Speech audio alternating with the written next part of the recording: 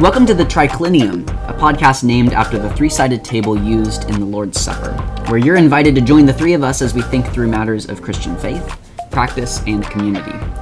My name is Jacob, and I'm here with my co-hosts Nate and Eric as always. And today we're going to be discussing alcohol, and just the broader implications that our understanding of alcohol might have on the way that we address freedoms in the church. So, but we'll get into that in a second. How are you two doing? I am doing awesome. I'm really excited for this, and it's been a little while since we've recorded, at least at the time of this recording. We took a break for Thanksgiving, and so it's been a couple of weeks, and happy to be back here. Yeah, it's funny, we took that break, and in that time I edited our podcasts, and so it feels to me like we talked really recently, because every time I listen back as I'm editing, it's like I'm right in the room with you guys. So, Eric, how are you? I'm good. I finished the semester, so I'm enjoying a nice break. Woo! Finally. Awesome. Yeah. I've been so tired. Enjoy. Just needing a break, so I'm doing good. But how are your grades? Are you willing to say on record? Oh, my grades are great. I haven't gotten below a B-, or a B+, sorry. Yeah. So, good man. That's awesome. my guy. I got a bad grade in my ethics class. I was upset about that, but for a paper. Oh, okay, for a paper. I was gonna say you don't want to get a bad grade in ethics. Yeah. Yeah. You failed ethics. To be a moral human being. Yeah. Oh no. Eric, what was the paper on? I'm hesitant to talk more about it because I have thoughts about my grade on that paper. Just seething in bitterness. Yeah.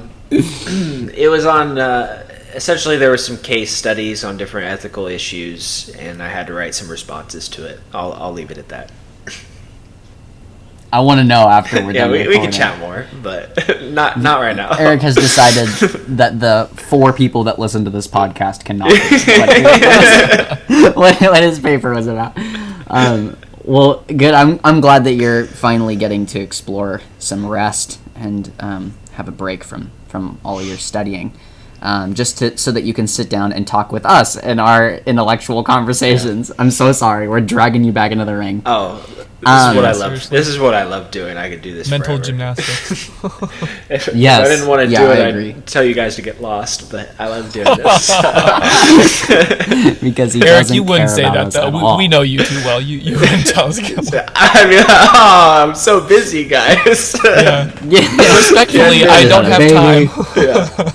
Yeah, that's All good. right. Let's talk about alcohol. Well, let's talk about alcohol. So, I'll kind of preface the conversation by saying I've noticed, having worked in a church now for a little bit, that there seems to be a reaction taking place, not just in the church, but even among church leadership, about alcohol and our freedoms in regard to drinking it. And so I've noticed that, you could say in like a pendulum swing away from the very traditional kind of teetotaling position of like we drink no alcohol. Alcohol is sinful in every circumstance, and Christians ought to stay away from it. I've noticed that a lot of people in the church and a lot of pastors are now like talking even like from the stage about, I was out with my kids drinking a beer and it almost feels like trying to flaunt the privilege and the freedom, saying, see, we can drink alcohol, it's okay. So I don't know, it prompts the question for me, what do you guys think about alcohol and how should we approach it? That's really interesting. I can't say that I've heard recently a pastor in any messages like talk openly about like a fun time or anything like they went out with, like you mentioned, with their kids or anything like that. I'm assuming adult kids, but Oh yeah. I went out with my 12-year-old. Yeah, I was like, And we were getting schwammered. but I do. When I was on staff at a church, our lead pastor for a time, I had dinner at his house a couple of times, and he mentioned he's German background, and he just mentioned that he really enjoys beer and different like craft beers, and he enjoys all the different brands and the different styles, because beer culture is huge. Like there's so much to it, especially like craft breweries. Like there's so many. I don't even know that much about it, but it's interesting because I don't think I've heard that recently, like a pastor talk positively about alcohol from the stage. So that's even interesting that you're seeing that. And so I'm in Dallas, and I don't hear pastors talk that much, but maybe that's I don't know. It's kind of interesting because Jacob's in Oregon, and so maybe there's some cultural differences there, but yeah, that's interesting. Eric, have you heard any messages like that recently, or any like tidbits or stories? Yeah, I'm racking my brain. I'm sure at some point in time I had to have heard something about alcohol, but I can't think just off the top of my head, at least in recent time, hearing anything about alcohol. There's kind of your general Christian response, at least the non-fundamentalist response to alcohol that I can think of, and we can get to that in a minute. But no, from the pulpit itself, I can't really think of a time. Then maybe that's not such a good thing that I can't think of a time. That's interesting. Sorry, I was just gonna say I don't doubt that it's happening, but that is interesting because, especially coming from a positive, because I feel like I've definitely heard messages on alcohol. So my background a little bit, I grew up in a Nazarene church, and when I was in high school, I believe we got a new lead pastor, and how do you say it? He didn't drink, so he was he's a Nazarene through and through, so he's a dry Nazarene, so they don't drink at all, and they encourage people to not drink. And fun historical fact, that actually started in the Prohibition era. They were big proponents of Prohibition, so in the 1920s. The Nazarene tradition? Well, no, not the Nazarene tradition, but the non-alcohol part. Oh, sorry. Okay.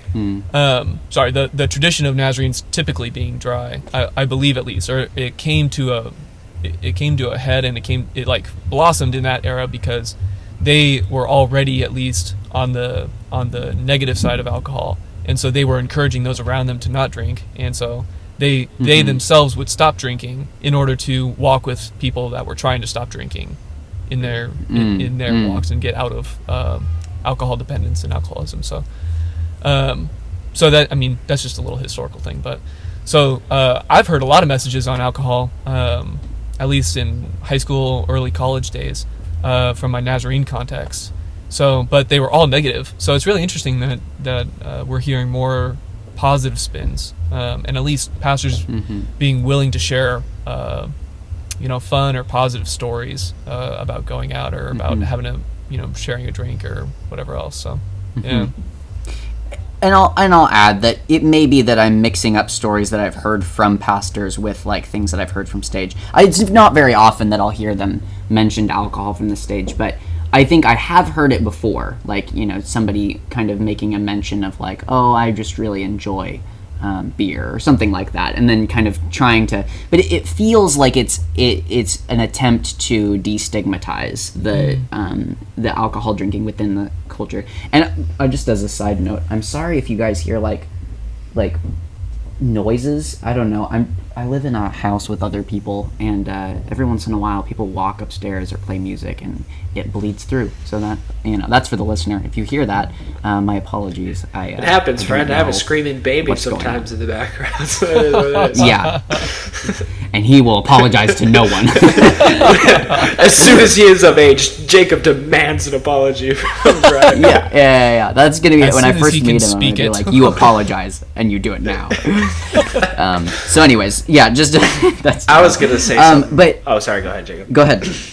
No, Eric, go. I just thought Nate brought up an interesting point there that I'm now trying to remember because it escaped my mind as soon as I started saying words. He was talking about the Nazarenes, right, and the tradition. Well, maybe a there bit of cultural walking with difference somebody. too, from between Oregon and Texas, or Pacific Northwest Yeah. and the South. Yeah, it wasn't any of those, but nevertheless, I have something else. Okay. Alrighty, moving along.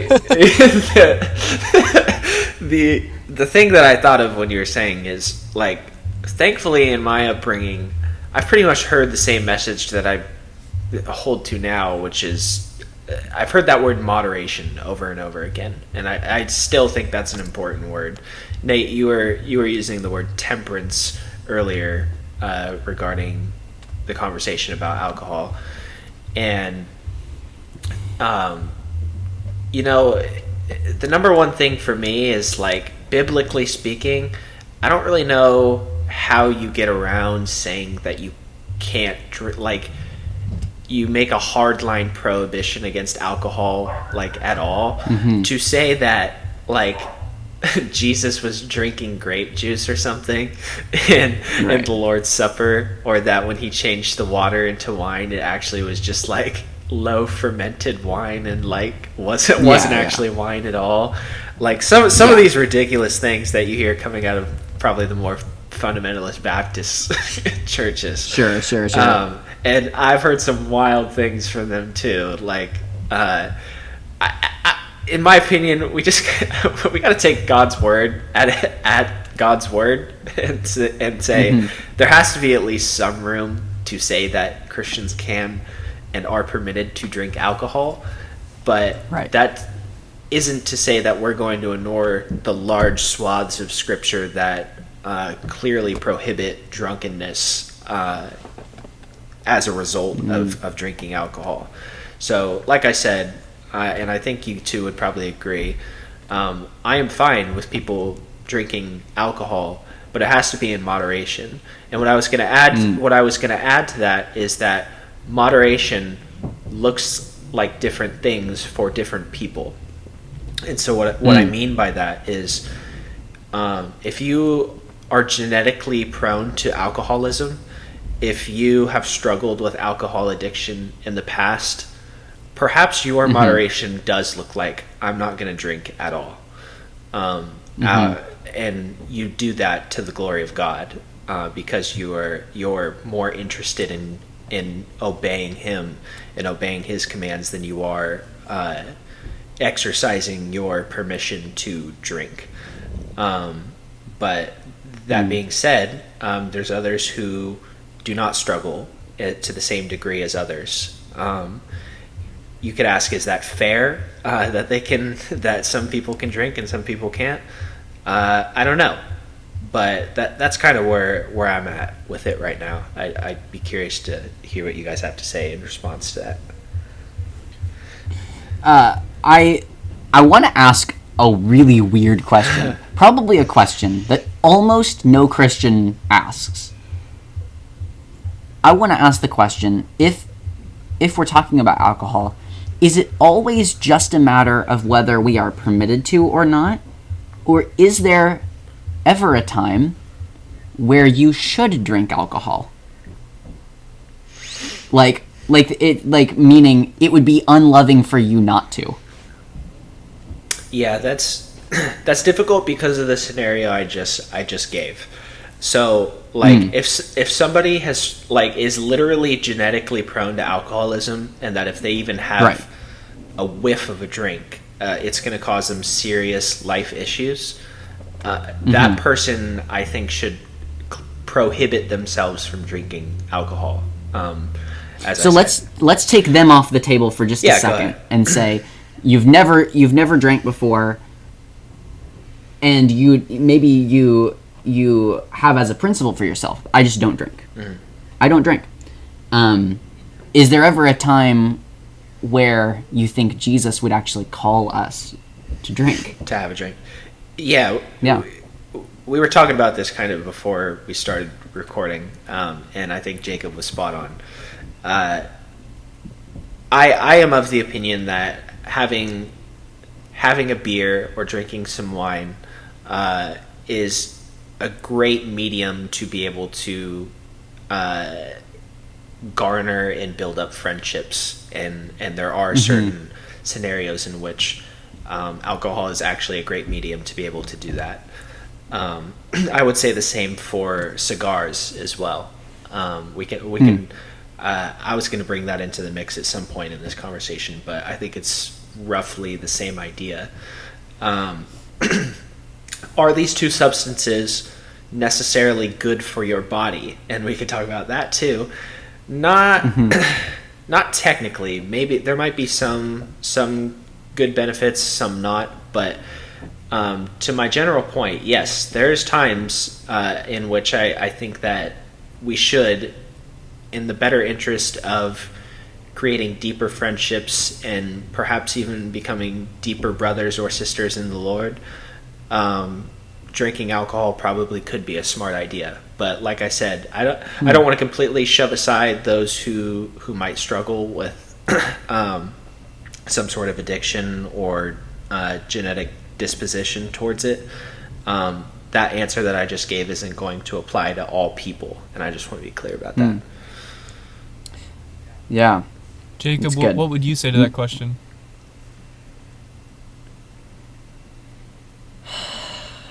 This is funny because my principles actually go against my practice here. Or my beliefs about it go against my principles, I should say. I don't drink. I have never drank. I tend to have a pretty addictive personality.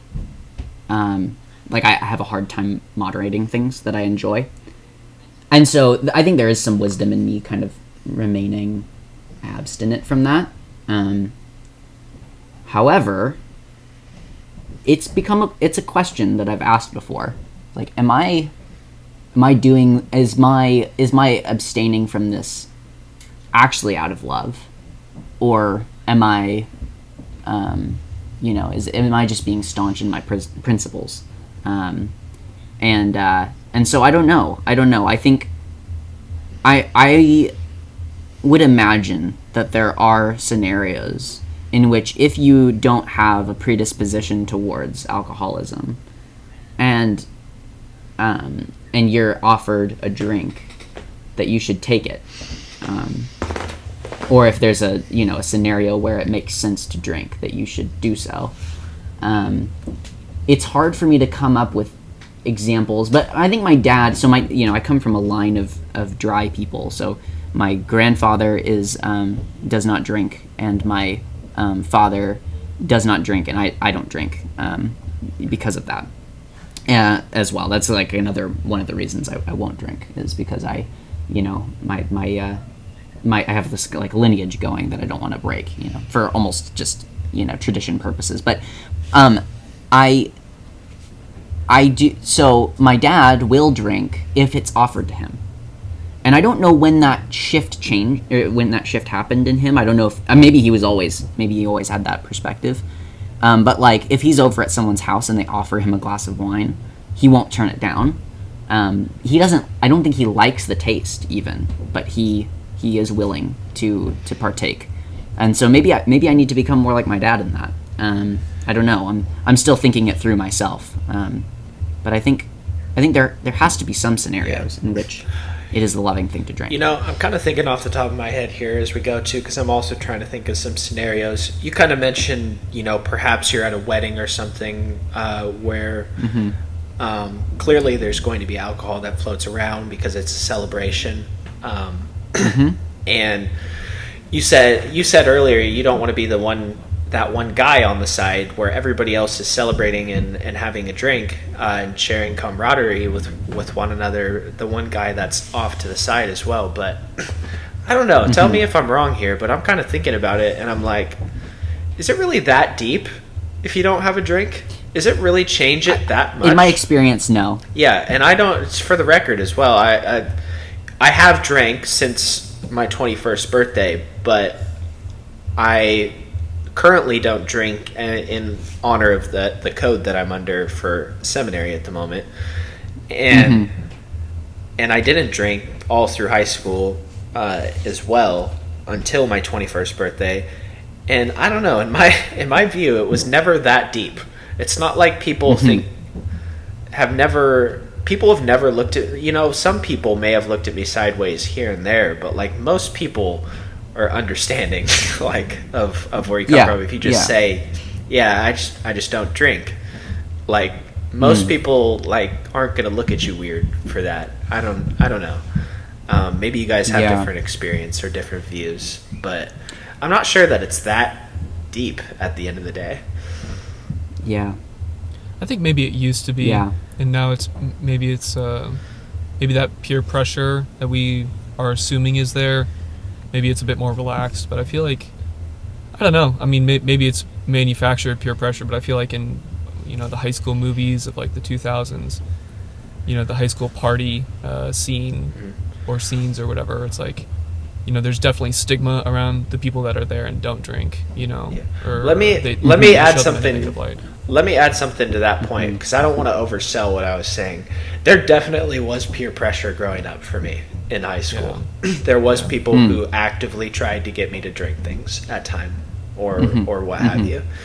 And I guess probably more of the point that I'm making is that to those people that actually mattered to me, that are actually my close friends, not that I don't think some people don't matter, but some people I have greater relationships with, like nobody ever looked down on me for that, for those that are actually my close friends. I'm sure if there was some random guy at a party or whatever and I refused their drink, that he might think, that guy's an idiot or whatever.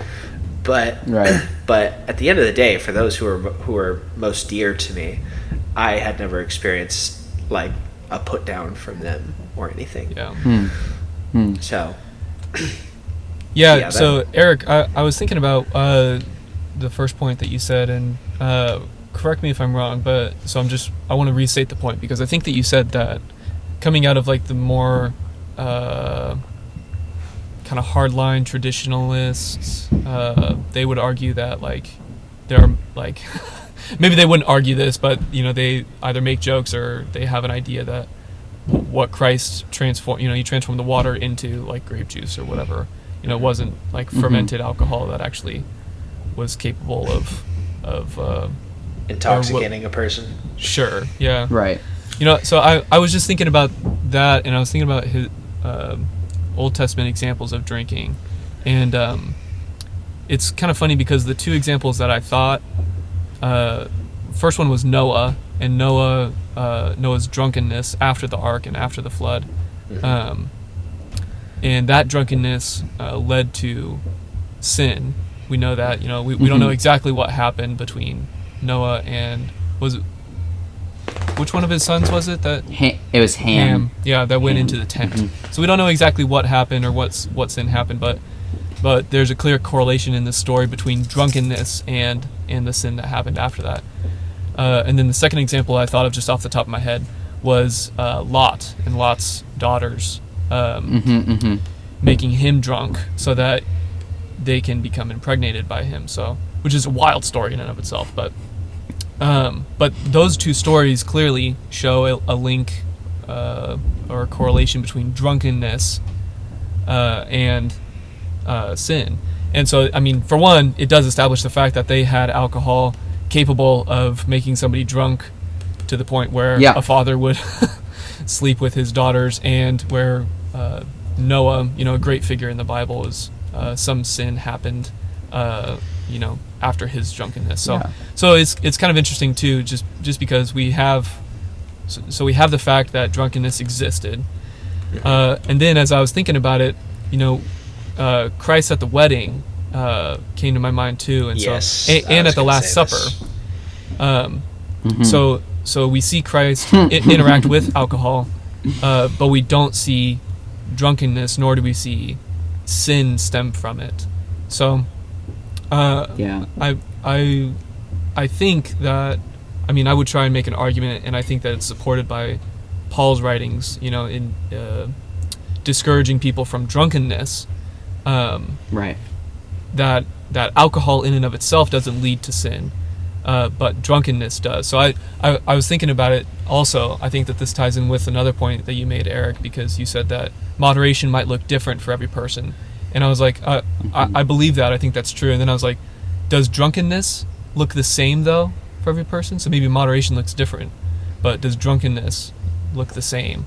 And it's kind of interesting because I feel like drunkenness does lead to sin. I feel like there's clear evidence and support for the idea that being drunk and drunkenness, so that is giving yourself over to the drink, letting yourself become intoxicated to the point where you don't have as much control over your body as you did sober. I feel like that's clearly sin in the Bible, but alcohol doesn't always lead to sin, but drunkenness does, if that makes sense. Yeah, that's a good question. If I want to make sure I'm understanding your question correctly, does drunkenness look the same for everyone? Are you kind of just saying like there's no hard line, like amount of drinks one can have, or you just have to be able to discern where your limit is kind of at before drunkenness might start to creep in? Or I think that's the question after the question, so I think that more so deals with when somebody knows when they've had enough, so when it actually I guess becomes sin. I think my question more so is just like I guess it's more just about drunkenness in general. Like Jim Gaffigan has a good joke in one of his stand-up specials, and he's like, nobody gets drunk and wakes up the next morning and says to his friend, "Oh, last night I went out and built some low-income housing." It's like, Yeah. you wake up in the gutter and you feel awful and you puke and all that stuff. So it's Yeah. it's not like drunkenness ever leads to anything positive. You wake up with a black eye or something, or not that I've never done that, but so I think that though I think what you're trying to ask, Eric, has more so to do with people knowing their own limits and knowing when, knowing when they become drunk or so. I think more so. I was just I was thinking through the idea of drinking versus drunkenness, and when one becomes the other,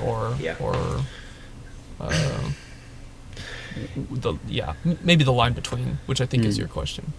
Yeah. I'm trying to listen to you and also look up some scriptures at the same time, Nate, and kind of revolve around the subject. I was going to mention the one at Cana, but you mentioned it. Moving throughout the scriptures, like the two that come to mind, I don't have the exact passages for these ones off the top of my head, but I'll read something else in a second, is like when Jesus was healing people, I think he was he might have even been just teaching in the temple and revealing that he was the Messiah, and they accused him of being drunk immediately. And so if the argument from the people that the wine that they were drinking was not so fermented that it could get people drunk, then how do you explain that passage? The other one... Well, Acts 2 is also... I was just about to say that one as well. Right. Peter's like, it's 9 a.m. Nobody's drunk. Who do you think I am? So some of the more fundamentalist attempts to... And you know what? This I think is actually a repetitive problem with biblical exegesis as well, is we want to draw in all of these like extra biblical examples or quote unquote contexts that shape the way in which we read the text, that seems to just completely overthrow what the text plainly says on itself. So my example is like, man, I heard this one guy like go through all of this like literature and whatever about the process of which they made wine in First Temple Judaism and things like that, just to get to the point that it wasn't that fermented. And it's like, can we just read the text and interpret it with what it says right there? Yeah. Like, look at all of this work that you're doing to try to overthrow what's plainly right there. And so I just want to be careful of that. That's interesting too, because they approach both texts, so they have to, one, gain the knowledge of first century Jewish winemaking, through some historical text. And so if they're taking that as truthful, then they should also take the Gospels as truthful as well. So, so they're approaching both texts in the same manner. They're ignoring one historical text to read another. Right, exactly. Yeah, so they're trying to view one through the lens of the other, but you're really just looking at both of them through the same lens. You're doing double the work to get to the same conclusion. Yeah, so... That's funny. But I wonder... Well, sorry, go ahead, Jacob. The other thing that's hilarious about that is if what Christians often believe about drinking being allowed is true, which is most people will say drunkenness is wrong, but drinking a little bit, or to the point of not being drunk but drinking, right, still drinking, is fine, right? Like that's the argument. So already drunkenness is off the table for Christians. So what is he arguing? Like he's basically saying, okay, it was so fermented, right, or not fermented, or however, right? The alcohol level was so low in this drink that they never would have gotten drunk. So Christians shouldn't drink because they shouldn't get drunk. It's like, well, we already agree with that. We already agree that Christians shouldn't drink in order to get drunk. Like everyone already agrees on that. Yeah. Like, or most people, right? I don't meet a lot of Christians that are like, the Bible allows people to get completely, plastered. That's very uncommon. So, what even is the argument they're making? If I drink a little bit of wine and it has the same effect on me as the very low alcohol level wine that Jesus was drinking, am I not basically the same? Like, is it not the same effect, right? So, anyways, I'm just going to throw that in there. Hey, everyone. At this point in the conversation, Eric's mic cut out, and so I only have my portion of the conversation. Nate was pretty quiet as well, so it's just me talking. About 10 minutes in to this little blank hole in our recording, Eric comes back online, and so I'm going to include the parts where I spoke a little bit. It'll sound a little discombobulated, but in a few minutes, Eric will come back and rejoin the conversation, and it will make a little bit more sense. Sorry about the interruption. We'll do better next time, trying to make things a little bit smoother. I think a passage that comes to mind, which is also in 1 Corinthians, that I think is a helpful principle, or like kind of way of application for that principle that you brought up, that not all things are permissible, all things are permissible, not all things beneficial, is 1 Corinthians 9, verse 13, verse 19 on. He says, for though I am free from all men, so he's affirming there that we do have a genuine freedom from all humans. I am free from all men. I have made myself a slave to all, that I may win more. And then he gives out, those to the Jews I became as a Jew, that I may win the Jews. To those under the law, as under the law, so that I myself not being under the law, so that I may win those who are under the law. And then just keeps going on. And he says, I do all things for the sake of the gospel, so that I may become a fellow partaker in it. And then the verse right above it, he says, I have become all things to all men, that I may by all means save some. So maybe a good instance where there is a should for drinking alcohol is, let's say you don't go to bars ever because you don't drink, and there's all these people in bars that maybe don't know Jesus, and it's just a place where you just will not bring the gospel because you won't go into bars because you don't drink. Well, maybe consider go have a drink and talk with somebody about the gospel, right? Maybe this is what Paul would say to something like that is become all things to all people, that by some means you might, by all means you might. Well, I think the point that needs to be maintained in all of this is certain people are weak, and that's I believe, doesn't Paul in this same letter say that there are that you ought to defer to the weaker brother, or is that in Romans? I can never remember, because he talks about meat sacrificed to idol. I think it's in Romans that he talks about the weaker brother. There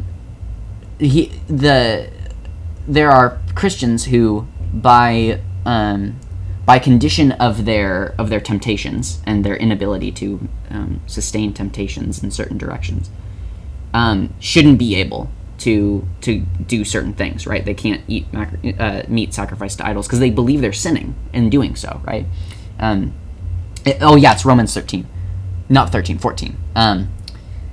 But there are others who are stronger and who are able to maintain themselves. So, for instance, let's say a woman who goes into a strip club might not, a straight woman might not have as big an issue in evangelizing, and in that case, maybe she does need to go hang out with those who are stripping, right? Or with the prostitute. I would say if you're, like, a general principle at all times is if you are the weaker brother, then don't try to, like, don't try to push your freedoms to where they might cause you to act out of selfishness and sin, right? I'm not going to go to a strip club and evangelize because I am a weak brother in that area. Yeah, it's kind of interesting because, if we're talking evangelism strategy, that's a bad strategy to try and evangelize people at a strip club, or like we could even just take strip club out and say movie theater. Like, I'm going to go and try to evangelize a bunch of people while we watch a movie. It's like, I would never encourage somebody to do that because that's just a terrible strategy, versus, at a bar. The point is interaction with people. I think bars exist to be social avenues. Now it's entirely possible to go to a bar and there's a live band and it's really loud and you can't hear your own thoughts. So talking to another person about the love of Christ just wouldn't be an efficient strategy. But I don't know. It's interesting because at a bar, you can just order like a ginger ale at a bar and you can be fine, So I think that in this scenario, if the end goal is really to evangelize people and just to have conversations with people about Christ, you can get a drink or you cannot get a drink. I don't think that that's the issue. I think that a big point in all this is how people approach alcohol in general. I heard it put one way. I don't know where I heard it, but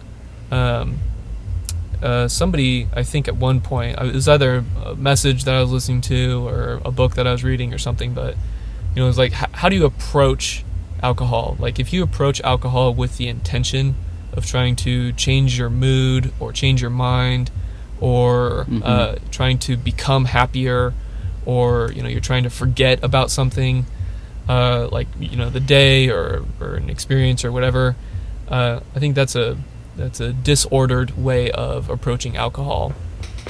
I think that is taking the, sinful aspect of alcohol and emphasizing it to its extreme, which I don't think is a healthy approach towards alcohol. But I think that that's the way that a lot of people approach alcohol. I had a hard day at work, so I stopped by, got a 6-pack, and drank all of it to ease my pain of the day. Either whether it's manual labor or whatever, hard mental tasks throughout the day. If you're just trying to escape the day, then I think that that's a bad approach to alcohol as well. But I think that alcohol is such a historical thing.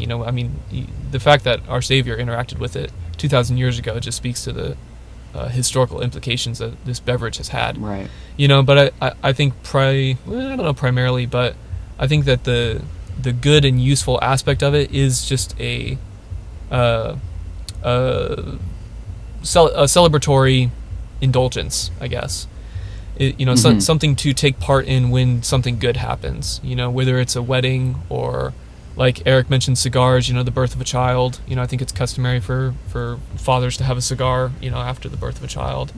At least that's what Michael Scott taught me in the office. So, it's a congratulatory thing. It's a celebratory thing. I think when it's approached in that way, I think that's the healthiest thing. And I think that, drawing it back to the Lord's Supper as well, Christ told us, do this in remembrance of me, and that's Christ's ultimate victory and that is Christ's ultimate victory over death. And so when we do that in remembrance of him, we are ultimately celebrating his victory over death. And he doesn't say, go get drunk, on your best wine whenever you think about what I've done for you. He says take part, drink and remember me. So, it's interesting. Jacob, earlier when you asked, is there ever a time that we should drink out of love? I was like communion came to my mind, even though communion is non-alcoholic now. Well, and in certain circles, right? Right. Depending on your tradition, yeah. But it was interesting because historically it was wine, so an alcoholic beverage. Yeah, I got some opinions about that. Am I wrong on that? Just to clarify, No, you're good. Okay. No, you're not wrong. I was like, maybe I don't know students, about wine. Like, Eric, you're the one who heard the lecture on first century Jewish wine, so maybe I'm off on that. No, you're right. My students yesterday, we participated in communion together to finish up like a small group thing that we were doing, and we always do I have like a chalice that was made for me for our youth group a while back, and this wooden bowl, and we actually break bread and we practice in I think it's called intincture. It's either intinction or intincture, and I can't remember which one it is. I can never remember, but it's basically where you take the bread and you dip it into the cup, and then you take. And so we were doing that, and the kids thought it was funny because I had this little bottle of Welch's grape juice that I put it in the chalice so I could carry it more easily, and they came and they're like, "That's hilarious looking." But I told them, I was like, I think it came up that sometimes the original drink was wine or something, and they were like, yeah, that's kind of crazy, and I was like, yeah, other churches practice with wine, and they were like, what? No, real wine? People are going to the church and they're having alcohol, and I was like, yeah, we go to a Baptist church, and so it was just funny to hear that they had no idea that this was even happening, in other places. So that is most of the church for most of history has done that. Right. So, do we know when that stopped? When we transitioned to non-alcoholic communion? It was probably after the Reformation. Yeah. I would imagine it would probably be around the time that the I could see it being around the time of Prohibition, as late as that. I was just thinking about it. That's what I was gonna think too. When did grape juice become a thing? Because certainly wasn't the Prohibition. I'd imagine probably late 1800s, early 1900s. I was like, Reformation. I was like, guess. You guys think it's that old? I was like, maybe, but yeah. Martin Luther's drinking Welch's with his congregation. Eric, you said you have thoughts on that. So, thoughts on what, and what are your thoughts? Yeah. I'll say it briefly. I'm not a big fan of grape juice in all opinions. Really? No. Just in general, or for communion? I'm not for the Lord's Gotcha. table. Okay. For the Lord's table. And how do you feel about grape fan soda? Grape juice in the cracker.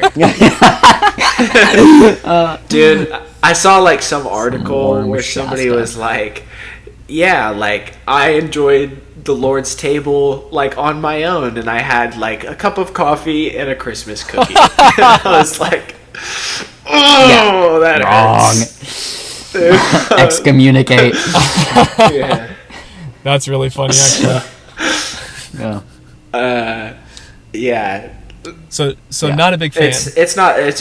In all honesty, it's tough to. It's pretty much subjective, but at the end of the day, Christ and the disciples and the apostles did bread and wine. I would like to stick closer to that. Should use vodka. So that's for Russian Orthodox. Yeah. Yeah. But I do think great flavor. Right, great vodka.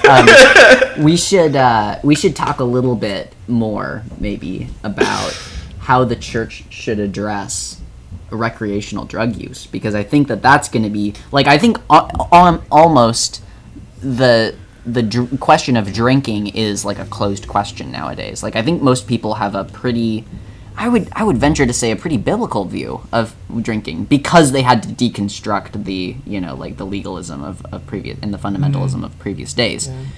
So now the question, I think, is a little bit different, and that is,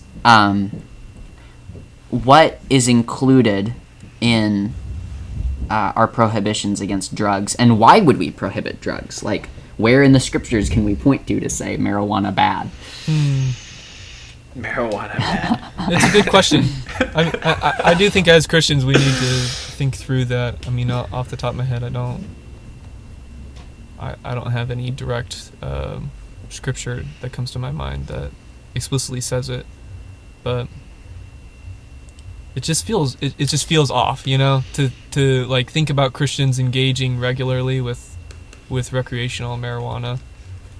Something just feels off about that. I don't know if maybe that's just my view on marijuana, but I don't know, or if that's because marijuana has clearly seen, you know, gigantic rise in usage and popularity and like just regular. It's just kind of become a regular part of life and culture, at least in the United States. Marijuana actually is THC is illegal here in Texas, so it's really interesting that, you know, coming from Oregon where it's completely legal, God's country. Yeah, and moving here to Texas, you know, like I remember when we were driving here, we were driving through West Texas, and the most popular billboard we saw were for lawyers defending people who got caught with marijuana. It was the most interesting thing. Like I was like, oh my gosh, this is so weird to see, because we had just moved from Oregon, and we come to Texas. Nate hides his weed.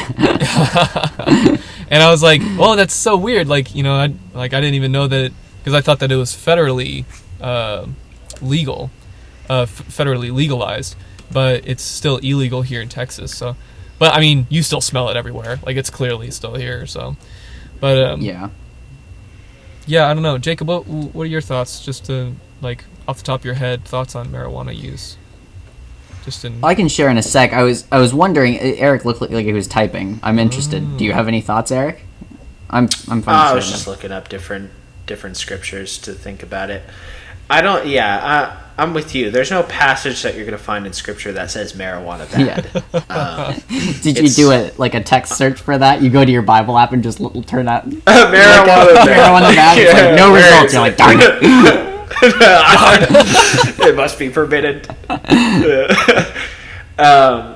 So yeah, it's gonna have to be principle driven, and I think the principle comes from texts regarding alcoholism.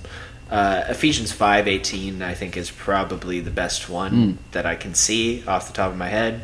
It says, "And do not get drunk with wine, for that is debauchery, but be filled with the Spirit."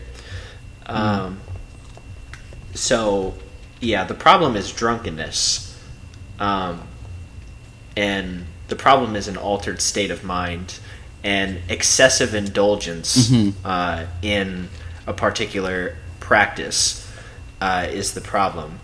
So, because the act of altering one's physical state of mind in drunkenness is the problem, I think that directly maps onto marijuana as well. Furthermore, excessive indulgence in some particular action. I feel like I was going to say something else, but I'm actually going to move on and say something different. I am more lenient to say that there are instances in which marijuana can be utilized even by believers, particularly medicinally, if it's going to help an individual. The desire there is not to, as it says, like, excessively indulge in something for the mere use of recreation. The desire is to use a substance in which to aid pain, which, if I'm not mistaken, Paul actually says to drink wine in certain instances because it's good for the stomach. It settles Timothy, the stomach. he says that, I believe. Yeah. Yeah, in First Timothy. So it's just so closely mapped on to where it's enough for me to say that marijuana, in its very existence, probably isn't good for the believer to do. Not probably isn't good. I don't think believers should do it recreationally. But if for whatever reason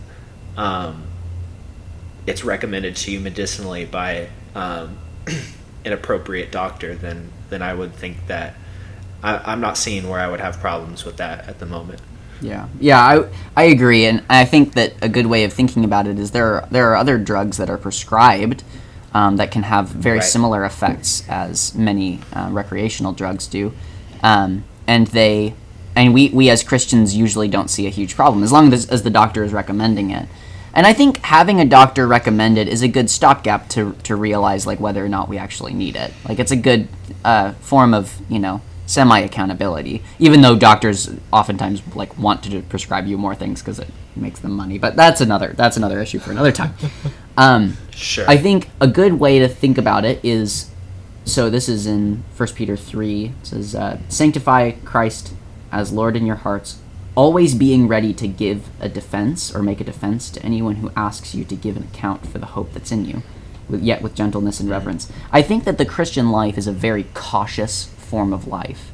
It's one in which we're very mindful of the ways that we speak, and we try to tame our tongue, and we try to keep our mind in a certain dedication and motivation, try to transform our mind, right? And so the difficulty with things that take us out of a sober state, sober meaning like a state in which our mind is able to actually focus, right, and concentrate, is that we might be witnessing in an improper manner, right? And so I think in any circumstance where you're letting your tongue, you're letting go of your tongue a little bit, you're letting go of your filter, you're drinking or using something that is making your speech or your actions less under your control, I think that that's probably an unwise path to walk down for the sake of love, because you want to give a good witness to the gospel, and you want to be able to give a reason for why you have this hope. And let's say someone is talking to you while you're high, and you can't get your story straight, or you're talking in circles or whatever. I mean, I think it's a specific instance. It's a pretty narrow instance, but I think that's kind of the reason why Christians should be careful about these kinds of things, and actually I would say should abstain from things that can take you away from your soberness. It's not worth it, right? Yeah. You kind of made me think of that passage in 1 Corinthians 6 again, where Paul was saying not to be dominated by anything as well. And it also reminded me that I didn't say something that I just thought of just now, but I was thinking it earlier, which is that passage is directly against addiction, allowing oneself to become addicted to things. Now, people are surely gonna, some people, if they were to listen to this, would surely think, you don't get addicted to marijuana. Like that's not a thing. It's like, well, have you spoken to a lot of people who obsessively use marijuana? Like, they can't sleep if they don't have it. Many of the times, I've spoken to a lot of people who've said that, specifically, who use it a lot. If that's not addiction, I don't know what is. Yeah.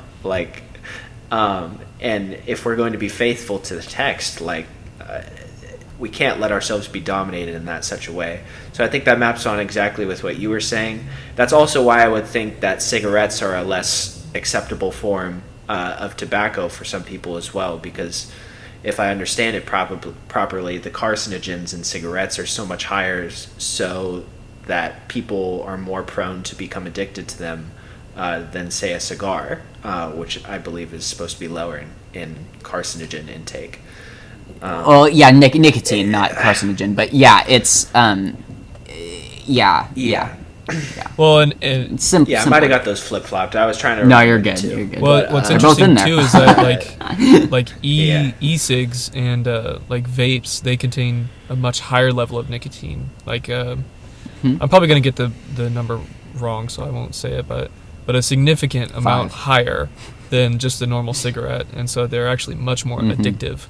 And Yeah. yeah, so I forget what I was gonna say. Yeah. But So, I think the major concern is sobriety. Like, I think that's like before, because you could easily make the argument like, well, then can we not drink coffee because we can get addicted to it? It's like, I don't know if that's quite the thing that he's talking about there with it being mastered by something. In the specific context, he then goes on to talk about prostitutes, right, and like freedom with prostitutes, and so I think that's an important aspect, is that it's like, this is from 1 Corinthians 6, so that I think he talks about food, he talks about drink, and then he talks about prostitutes, and I think these are all like appetitic, or like having to do with the appetites. They're indulgences. Yeah. Yeah. So, but I think that the thing with alcohol that's the most scary is that it can take you. It can make it so that you are less and less able to control the way that you are presenting yourself to other people. Now, obviously, you don't want to be in a situation where there's like a major grip on your life where like you just can't go without something for a couple of days. Technically, I could go without coffee for a couple of days. Right. I would just have a headache, right? And like, but the further along that path you go, the more gripped you are by something, the more like, your mortality comes into question whenever you go off of that thing. I think that's also something to be considered. But I think the main thing is like, what masters you with alcohol. It's the addiction to some degree, but it can even be in that moment. It's this other entity that's crept into your personality, that's mastered you, right? Like, you are no longer your own in that moment. When you're drunk, you don't have the ability to make cognitive decisions, right? And it's the same. It's the reason why, it's more understandable if somebody gets into an accident while they're drunk, because they're just not making. It's like they're not even themselves. They're not making the right decisions, right, because they're not cognizant of their decisions to the same degree, right? And it's it was still that sober person's decision to get drunk, but they may not have known that the drunk version of them was going to go drive a car, right? Like, who knows, right? So you almost feel a sense of empathy where it's like, oh man. Yeah. So anyways. Yeah. So I want to make sure that we're being kind of pastorally sensitive here as well, just in case there is some person who might struggle with these sorts of things, or an addiction, or alcoholism or something, and they just so happen to be listening. If that's you, and you're listening, and hopefully what we're saying isn't rubbing you too far the wrong way, but we have to honor God's word, and I think each one of us wants to do that, and I would say the same is applied to whoever may be listening to this as well. At the end of the day, God's word is going to be honored or it's not. You're going to make the decision or you're not. And sometimes, even with things like addiction, everybody, you could say in some broad sense, is addicted to something before they come to know the Lord. They are serving some master each day as they wake up before they come to know the Lord. It might differ of what that thing is to different people here and there, but nevertheless, we all have to come to the cross and die to ourselves, die to our own passions, our own addictions. And I'm sure both of you would agree with me in saying that only the grace of God is what breaks those addictions, those chains that we might have gotten ourselves into throughout our lifetime. And not only that, God is more than willing to offer that path of grace, to offer the grace to be able to shatter those things. I'm not saying that might be an instantaneous type of thing for you. It's more than likely going to be a long, hard road ahead of you if you're looking to break some form of addiction or something like that. But nevertheless, God's word is clear. He's faithful and he is just. And if you stick to the path, you will eventually persevere, if not in this life, then in the next. So, yeah, seek Christ, seek God's face, and like I said, He's merciful, and He will be there for you even despite an addiction. So, I just want to be clear that we're not trying to put anybody down or say like you're a terrible person if you genuinely struggle with these things, because everybody struggles with something at one point in time or another. The point is that we want to lay ourselves down before the cross and look to Him for that grace. So Right. Hopefully you don't hear condemnation in our discussion. This really is just this was born out of a desire for us three to hear each other's perspective on this issue and the other kind of cultural issues that are happening right now in our current context. So I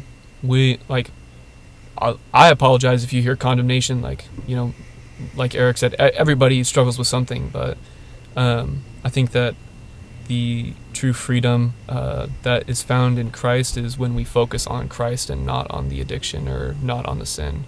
When we focus on the one who saves and not what we're saved from, that's where freedom is.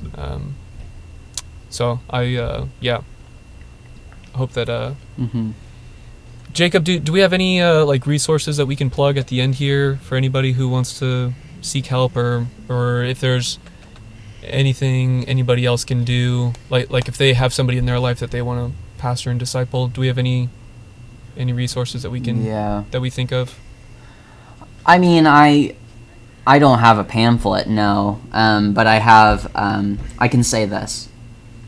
I think that if you're trying to overcome a mastery by yourself, I think it is not going to happen.